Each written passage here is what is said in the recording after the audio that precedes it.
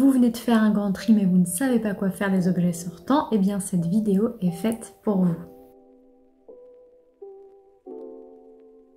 Tout d'abord, si vous ne me connaissez pas, je m'appelle Roxane, je suis home organizer, c'est-à-dire que je vous aide à désencombrer, ranger et organiser votre intérieur et votre vie pour que vous vous sentiez mieux. Le but de cette vidéo, c'est de vous montrer qu'il existe des alternatives à la poubelle pour vous débarrasser des objets dont vous ne voulez plus, parce qu'ils méritent une seconde vie et que d'autres personnes que vous en ont certainement besoin. Cette vidéo, j'ai décidé de la tourner suite à un challenge où je faisais sortir un objet par jour de chez moi au mois d'octobre. Si vous souhaitez voir ce que j'ai fait sortir de chez moi, les liens de mes réseaux se trouvent dans la description de cette vidéo. J'avais aussi dédié l'épisode 10 de mon podcast audio Ma vie en main à ce sujet. Je vous mets le lien juste ici en fiche si vous voulez aller l'écouter. Et vous retrouverez aussi tous les épisodes du podcast dans une playlist sur cette chaîne qui s'appelle Podcast Ma vie en main, tout simplement. Dans cette vidéo, je vous encourage à prendre, piocher les idées qui correspondent à l'espace mental, le temps et l'énergie dont vous disposez. Mais sachez que où vous habitiez, il existe un moyen de prolonger la vie de vos objets de manière utile et consciente. Je vais donc passer en revue les différentes catégories d'objets que vous pouvez être amenés à faire sortir de chez vous.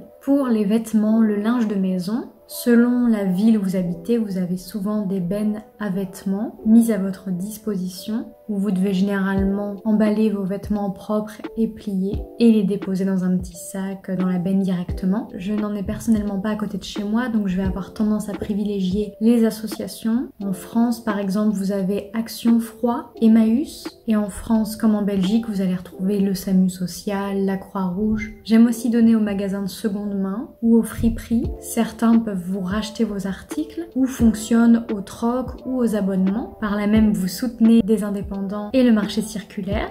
Vous pouvez aussi donner vos vêtements, linge de maison et tissus à des couturiers ou des créateurs indépendants qui font de l'upcycling et donc de la transformation. Sur internet, vous trouverez notamment chaussettes orphelines. Mais voilà, sachez que tout est récupérable pour des créateurs et des couturiers, le tissu, les élastiques, les boutons, les fermetures, les fils. Donc si on raisonne ainsi, il n'y a quasi aucune matière qui ira à la poubelle. Vous pouvez aussi faire don de vos vêtements et de votre linge aux prisons. Et si vous voulez vous faire un petit peu d'argent, vous pouvez opter pour des applications comme Vinted, des sites comme Deuxième Main pour la Belgique, Le Bon Coin pour la France. Je conseille davantage Marketplace pour tout ce qui est ameublement électroménager. Pour les lunettes qui ne sont plus à votre vue, aux montures qui ne vous correspondent plus, vous pouvez en faire don à l'association Lunettes sans frontières.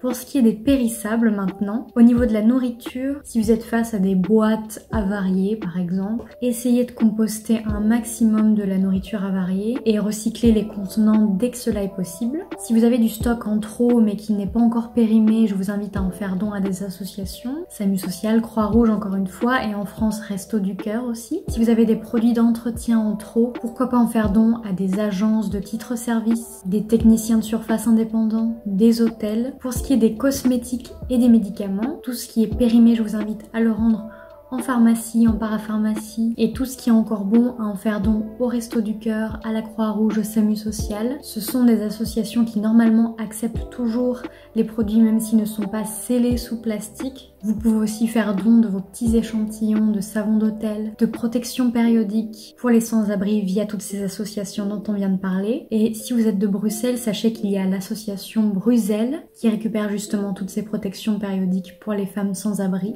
Si vous voulez vous séparer de l'électronique maintenant, pour tout ce qui est batterie et piles, je vous invite à tout déposer dans des bornes que vous trouverez en supermarché généralement. Et pour tout ce qui est circuit électronique, je vous invite à vous diriger vers les magasins de téléphonie ou d'informatique que cela pourrait intéresser. Pour vos livres, vous pouvez en faire don à des médiathèques, à des bibliothèques, aux écoles, aux prisons, aux centres de loisirs, ou pourquoi pas en déposer dans les boîtes à livres proches de chez vous. Pensez aussi aux associations, aux clubs de lecture, pourquoi pas. Niveau fourniture et papeterie, tournez-vous vers les écoles, les crèches, les centres de loisirs encore une fois, mais aussi vers les hôpitaux, les prisons et à toutes les associations qui proposent, mettre à disposition du matériel créatif, qui proposent des activités aux enfants et aux adultes aussi qui ne sont pas forcément dans la capacité de pouvoir se payer des ateliers créatifs. Pour les jouets, vous pouvez toujours en faire don aux hôpitaux, aux prisons. Je pense notamment aux femmes qui sont détenues avec leurs enfants en bas âge. Et si vous voulez vous faire un petit peu d'argent, vous pouvez toujours penser aux applications comme Vinted, Deuxième Main, Le Bon Coin. Concernant les meubles, renseignez-vous auprès des logements sociaux, des associations, des ressourceries. En France, encore une fois, vous avez Emmaüs. En Belgique, vous avez des associations comme Les Petits Riens. Ces associations viennent souvent chercher les meubles directement à votre domicile, donc n'hésitez pas à poser la question. Comme je vous le disais plus tôt, vous avez aussi Marketplace, donc l'application de Facebook, l'application Give aussi qui est disponible en France, pas en Belgique malheureusement, qui vous permet de faire des dons, du troc et pourquoi pas des échanges de services. Renseignez-vous aussi sur des groupes Facebook dédiés. En France comme en Belgique, renseignez-vous auprès de votre commune de référence pour connaître les conditions de passage, les dates, les heures de ramassage, les mètres cubes autorisés, les types d'objets acceptés, etc. Et en France, il existe une structure pour les particuliers qui s'appelle Tri Hors Collecte Encombrant. Il faut prendre rendez-vous et les limites de taille, poids sont toutes indiquées sur leur site. Je vous invite à les voir. Personnellement, pour tout ce qui est autres petits objets, bibelots, vaisselle, petites boîtes à bijoux, accessoires que je ne veux pas prendre la peine de vendre sur des applications comme Vinted que j'utilise beaucoup. J'en fais don à la Givebox de ma commune à Bruxelles. Donc vous avez dans les 19 communes des Givebox qui sont mises à la disposition des particuliers pour déposer et adopter des objets quels qu'ils soient. Ne sont pas acceptés l'alimentation, les vêtements. Donc voilà, en France, je ne sais pas si cela existe et partout. De manière générale, appelez les structures qui vous intéressent pour vérifier les types de dons recevables, les heures, les lieux, est-ce que vous devez vous déplacer ou non. Par rapport à la situation actuelle, aux mesures sanitaires, je sais qu'il n'est pas forcément facile de se projeter, mais vous pouvez toujours penser à planifier un vide-maison ou un vide-grenier dans les mois à venir.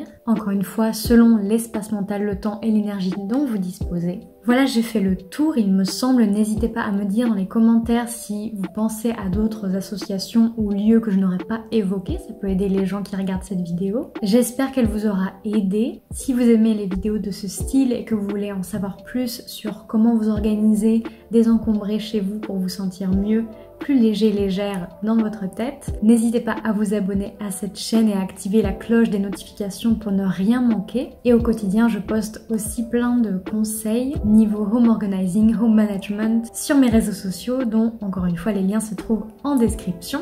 Et en attendant la prochaine vidéo, je vous dis prenez soin de vous, c'est le plus important.